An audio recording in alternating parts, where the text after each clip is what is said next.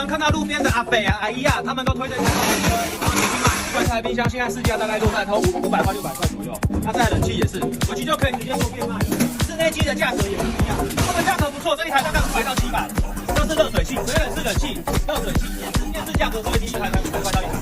很多人拆下来他不要带走，就直接送给他们。对他们来讲可能是无本生意，但是对我们来讲，可能我们要开个货车啊、去楼方餐的，我需要加入这个产业的，欢迎可以私讯我们。带你了解更多。我们刚出去创业的新手，做资源回收、做家电回收的，你们一定要特别的注意。室外机它有分大台冷气跟小台冷气，价钱是不一样，公斤达到20-30块。这种吨数的，我们称为它是大的，大的1公斤大概就在20块左右。这边 KW 对称，它如果是在9.0和9.0以上的，称为大的。这种小台冷气呢，它就在9.0以下，它1公斤可以将近卖到3吨的冷气以下就是小的，以上就是大的。买货的时候不要买错了，如果你买到这种大台冷气，价格就要降低一点啊，不然会遭到赔钱哈。